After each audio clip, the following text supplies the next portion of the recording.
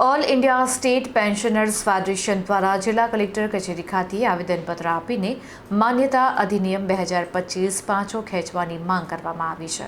આ અધિનિયમ 25 માર્ચ 2025થી અમલમાં આવ્યો છે, જે પેન્શનરોને વર્ગીકૃત કરવાનો અને પેન્શનરો વચ્ચે ભેદ જાળવવાનો અધિકાર આપે છે, જેનાથી પેન્શનરોની નિવૃત્તિની તારીખ પેન્શન હકના સંદર્ભમાં ભેદ અને વર્ગીકરણનો આધાર બનશે, જેનાથી કેન્દ્રીય પગાર પંચના કાર્યકાળ પહેલાના પેન્શનરો પગાર પંચની ભલામણોના લાભો ગુમાવશે।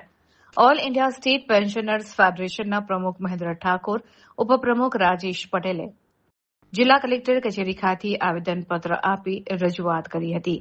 આવેદનપત્રમાં માન્યતા અધિનિયમ 2025 પાછો ખેંચવાની માંગ કરવામાં આવી છે।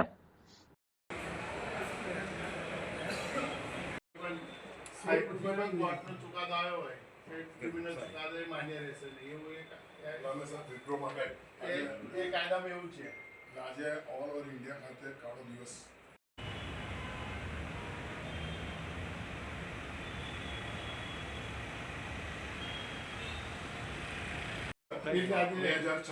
પૂરી થાય છે 1 વર્ષ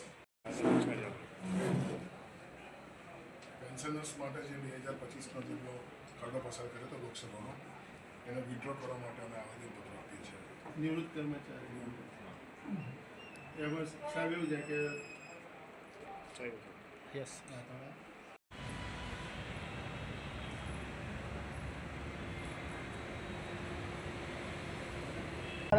કલેક્ટર કચેરીમાં આવેદનપત્ર આપવા આવ્યા છે। અત્યારે લોકસભામાં 25/3/2025ના રોજ વેલિડેશન એક્ટ દાખલ કરવામાં આવે છે, ખરડો રજૂ કરવામાં આવે છે, એનો વિરોધ પ્રદર્શિત કરવા માટે અમે આજે કલેક્ટરશ્રીને આવેદનપત્ર આપવા આવ્યા છે અને આજે ઓલ ઓવર ઇન્ડિયા ખાતે કાળો દિવસ મનાવવામાં આવી રહ્યો છે।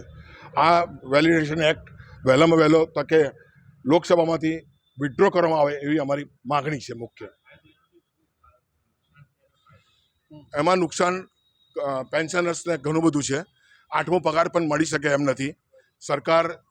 સરકાર જે પ્રમાણે કરે એ પ્રમાણે થઈ શકે એમ છે, જેથી આ ખરડો વહેલામાં વહેલી તકે વિડ્રો કરવામાં આવે એવી અમારી મુખ્ય માગણી છે। રાજેશ પટેલ, ઉપપ્રમુખ, ગુજરાત રાજ્ય પેન્શનર સંકલન સમિતિ, અમદાવાદ।